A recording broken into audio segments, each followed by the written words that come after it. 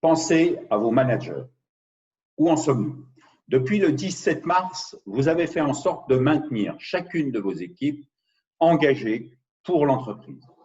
Des calls réguliers, collectifs et individuels, animation de la machine à café virtuelle, des projets spécifiques, mise en place des plans successifs de chômage partiel, télétravail et autres, des clients à maintenir, etc. Depuis le 11 mai, vous avez fait en sorte que vos équipes reprennent la route de l'entreprise.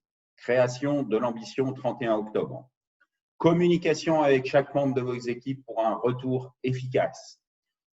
Réengagement de chacun. Organisation du retour progressif dans les locaux. Approche sanitaire, approche managériale.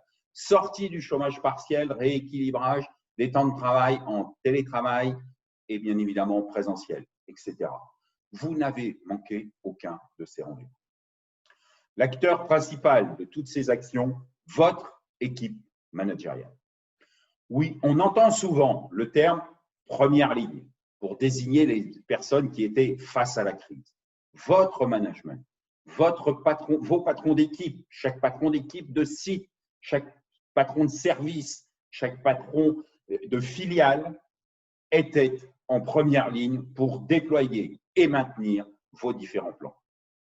Ils ont souvent eu 6, 8, 10 heures de webconf qui s'enchaînaient, avec des décisions lourdes à prendre, à assumer, à accompagner chacun de vos collaborateurs.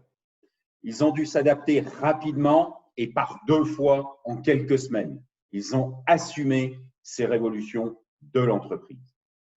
Aujourd'hui, nous leur demandons, vous leur demandez de conduire chaque équipe pour les 21 prochaines semaines à venir et gagner les challenges de l'ambition 31 octobre. Soyons honnêtes, ils sont épuisés. Donnez-leur un peu de temps pour souffler, se reconstruire. Donnez-leur du temps pour les remercier, pour les féliciter. Cette semaine est cruciale pour assumer vos actions dans les mois à venir. Vous avez 2 possibilités. Vous tenez compte de cet état de fait et votre entreprise s'engagera sur la route de la réussite. Vous continuez ainsi et votre management sera non plus au bord de l'épuisement, mais épuisé avant fin juillet, avec des conséquences dramatiques pour eux, pour vos collaborateurs, pour vous, donc pour votre entreprise. Alors, que faire? Vous devez leur ordonner de prendre un temps de pause, ce temps de pause, 1, 2, 3 jours, où ils n'auront aucune sollicitation. Vous allez me dire, nous avons déjà eu l'Ascension, la Pentecôte. Oui et non. Et c'était pour tout le monde. Vous devez leur donner un moment pour eux, une exclusivité de pause pour prendre du temps juste pour eux. Vous avez été attentifs pour maintenir le travail, pour faire reprendre le travail. Soyez inventifs pour qu'ils aient un temps de pause pour eux. Personne n'est dupe et chacun aura compris que ce temps est un investissement pour mieux tenir la barre dans les semaines à venir.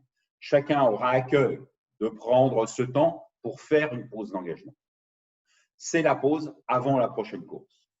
Sachez investir pour que les personnes qui ont mené les challenges avec vous et qui vont mener les challenges prochains avec vous, n'oubliez pas que là aussi, vous devez donner l'exemple. 1, 2, 3 jours de pause pour construire la réussite post-Covid. C'est un bel investissement, non? À très bientôt sur le terrain.